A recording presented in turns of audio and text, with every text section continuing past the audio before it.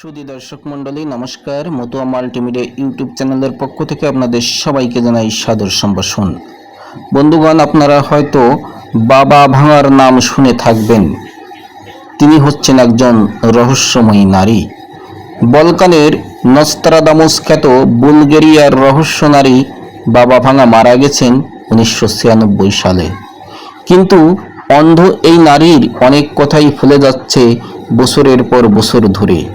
দাবি করা হয় যুক্তরাষ্ট্রের টুইন টাওয়ারে সন্ত্রাসী হামলা, প্রিন্সেস ডায়ানার মৃত্যু, চেরনোবিল পারমাণবিক বিপর্যয় এবং ব্রেক্সিটের মতো আলোড়ন সৃষ্টিকারী বিভিন্ন ঘটনার ভবিষ্যদ্বাণী করে গিয়েছিলেন বাবা ভাঙা।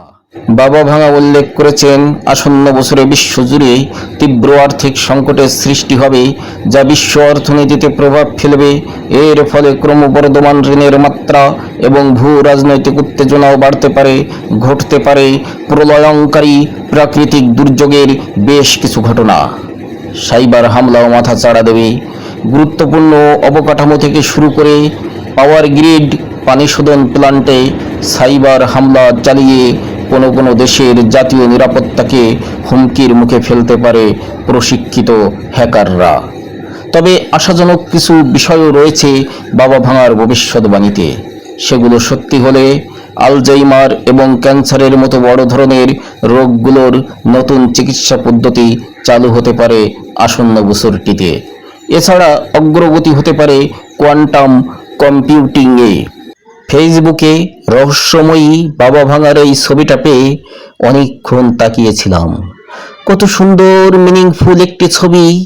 ইগো, অহংকার, রাগ এসবের মধ্যে আমরা বন্দী, অথচ সবার ভেতরেই একটা শিশু সুলভ মন আছে যে মিশতে চায়, মিলেমিশে থাকতে চায়, কম্প্রোমাইজ করতে চায়।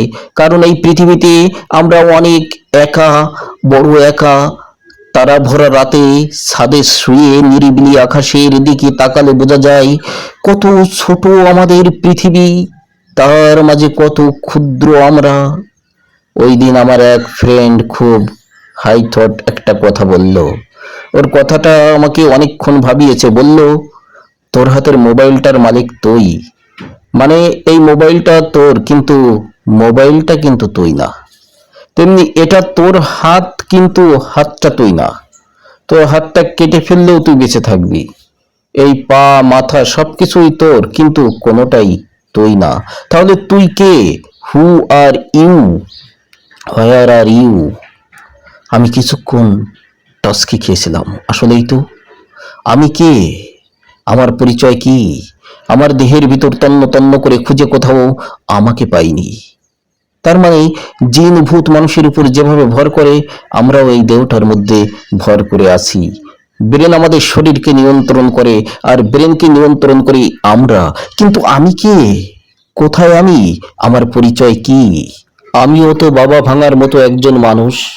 কিন্তু বাবা ভাঙা ভবিষ্যৎবাণী করে গেলে সেটি অক্ষরে অক্ষরে ফেলে যায়। অথচ ভবিষ্যতে কি ঘটবে সেটি আমি কেন বলতে পারি না? কারণ বাবা ভাঙা বাক সিদ্ধ ছিলেন। তিনি সাধন বলে সাধন শক্তি দিয়ে তিনি সেই শক্তি অর্জন করেছিলেন। চেষ্টা করলে আমরাও সেই শক্তি অর্জন করতে পারি। যদি জীবনে কখনো মিথ্যে কথা না বলা হয়, তাহলে আমরাও হয়ে উঠব এক একজন বাবা ভাঙার মতো। সুতরাং জীবনে মিথ্যা পরিহার করতে হবে, সত্যকে আঁকড়ে ধরে চলতে হবে, আর নারীকে মাতৃজ্ঞান করতে হবে। এই দুটো সত্য যে পালন করতে পারবে, সে হতে পারবে বাবা ভাঙা। এরই ধারাবাহিকতায় আসন্ন 2024 সাল নিয়েও বাবা ভাঙা ভবিষ্যৎবাণী করে গিয়েছিলেন বলে দাবি করেন তার অনুসারীরা। রবিবার এ নিয়ে একটি প্রতিবেদন প্রকাশ করেছে ভারতীয় এনডিটিভি। বাবা ভাঙার ভবিষ্যৎবাণী অনুযায়ী 2024 সালে যেসব ঘটনা ঘটতে পারে বলে ধারণা করা হচ্ছে, সেগুলো মোটেও সুখকর নয়। ভবিষ্যৎবাণী সত্যি হলে আসন্ন বছরটিতে বড় ধরনের সন্ত্রাসী হামলা থেকে শুরু করে প্রলয়ঙ্কারী প্রাকৃতিক দুর্যোগের মতো অসংখ্য ঘটনা ঘটতে পারে। 2024 সাল নিয়ে বাবা ভাঙা যেসব ভবিষ্যৎবাণী করেছেন, তার মধ্যে উল্লেখযোগ্য হলো রাশিয়ার প্রেসিডেন্ট ভ্লাদিমির পুতিন তার কোনো সহকর্মীর দ্বারা গুপ্ত হত্যার চেষ্টার শিকার হতে পারেন। ইউরোপে সন্ত্রাসী হামলার ঘটনা বাড়ার পাশাপাশি পরবর্তী বছরে বড় একটি দেশ জৈব অস্ত্রের ব্যবহার ও পরীক্ষা নিরীক্ষা চালাতে পারে বলেও আশঙ্কা রয়েছে।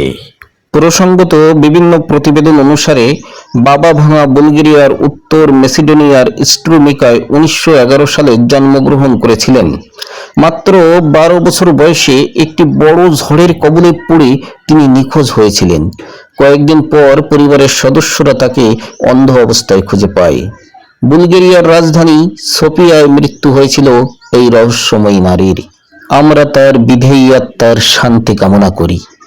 পরিশেষে বলতে চাই, পৃথিবীর জন্ম থেকে শুরু করে মিলিয়ন মিলিয়ন বছর কেটে গেছে, সামনে আরো মিলিয়ন বছর হয়তো টিকে থাকবে। তার মাঝে আমরা মাত্র কয়েকটা বছর থাকব।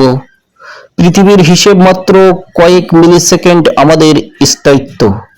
তবু কেন এত মারামারি, এত হানাহানি, এত লোভ, এত লালসা, এত বিভেদ, এত দূরত্ব?